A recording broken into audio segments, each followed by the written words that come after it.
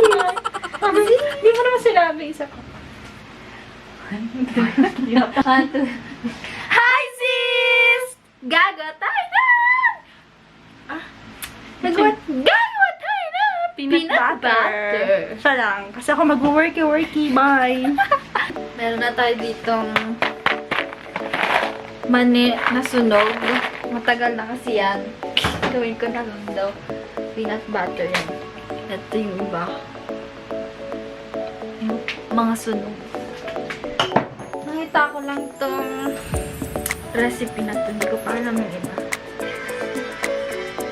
Ang gagamitin ko ay blender. Yung blender.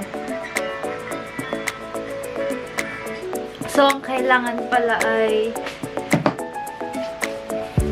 250 grams ng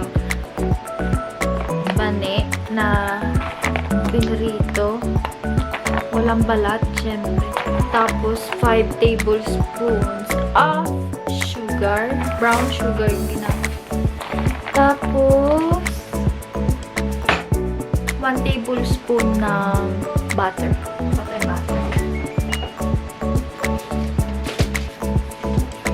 Magtutunaw muna ako.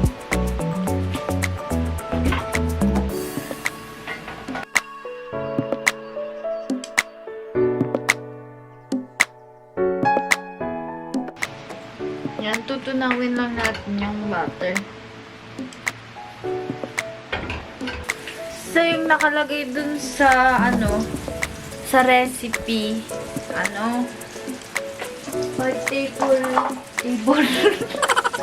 5 tablespoon ng ng sugar. Ang gagawin ko na lang 1/8 cup or 1/4 cup na sugar.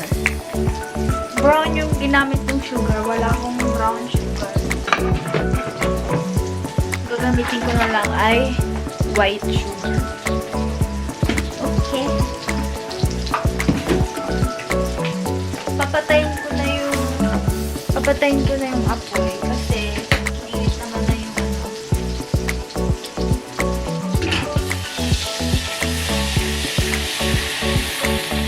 So, ilalagay ko na yung blender.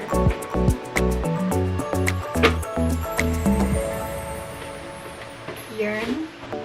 Ilalagay ko na yung mani.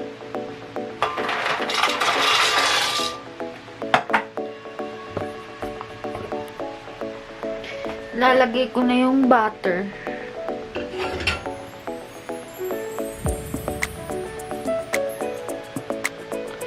And then,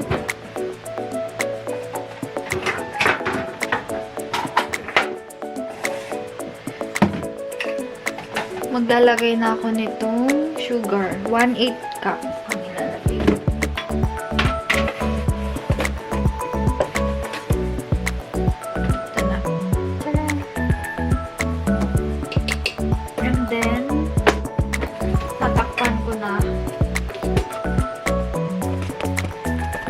Blender.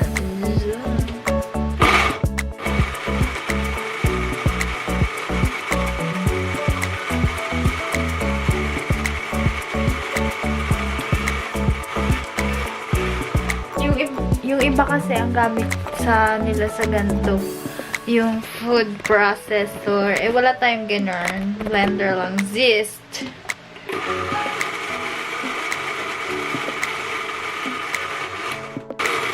So, pag ganyan siya, hindi na mahalo, ang gagawin ko ay ganto-gantoin ko sila.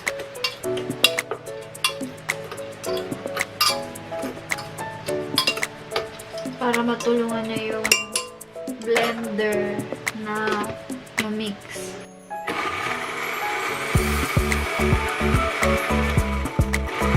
Yun dito, hindi na nami-mix. Pero yung nandito sa baba, na siya nami-mix. Okay. Mix lang natin siya ng mix. So, lilipat ako dito sa mas maliit na lagayan. pamix. Para mas madaling blend. Tingnan natin kung mas madali dito sa ganito kalit. Okay. Let's put this.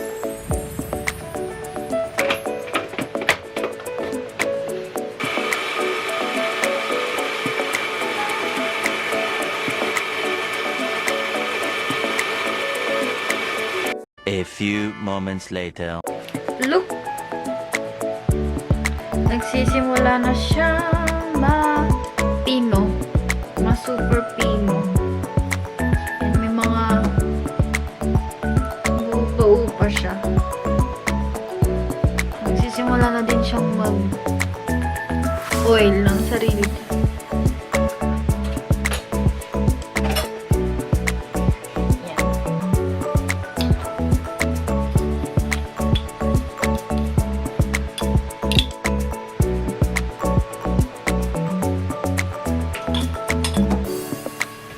Dagdagan ko ng konti.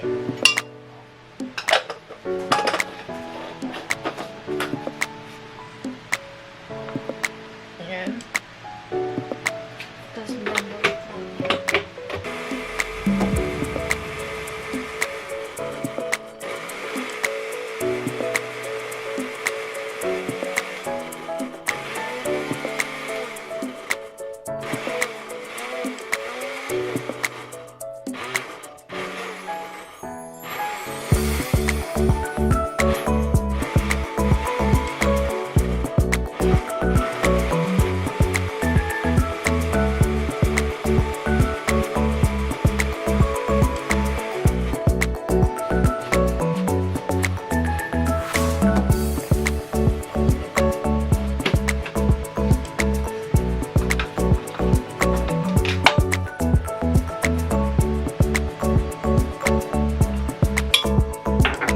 Start na siya maging creamy.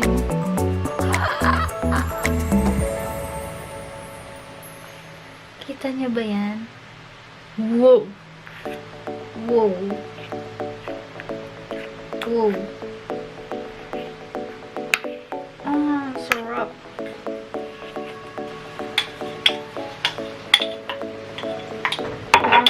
Ubo pa rin siya. Lalagyan ko ng konting salt.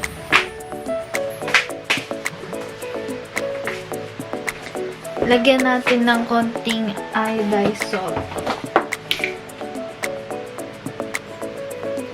Ibabalik ko to ulit dito. Para yung ilalagay kong mani.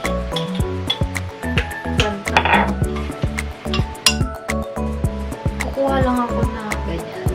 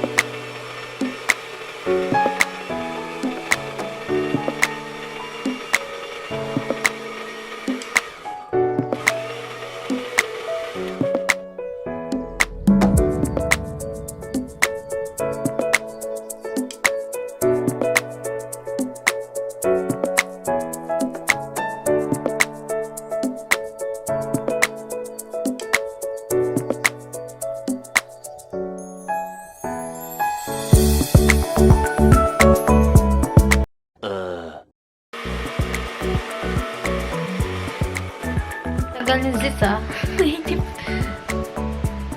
Nainip na ako Pinagpapawisan na ako. Ayan Pawis na ako.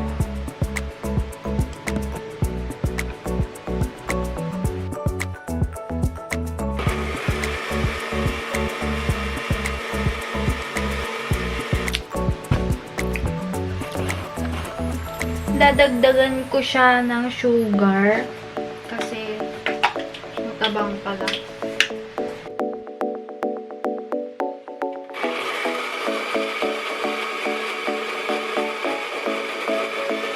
2,000 years later. Tada! Ito na yung texture. Yun na siya. Kita nyo ba yun? Creamy na siya. Pero may buo-buo pa. Depende na lang sa inyo kung gaano ka-creamy pa gusto nyo. So, ang gagawin ko ngayon, yung laman nitong maliit na to, isasalin ko na dito para sabay-sabay na sila dyan mix.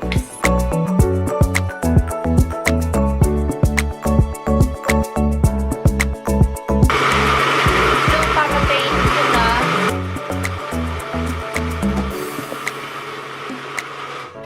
Yarn.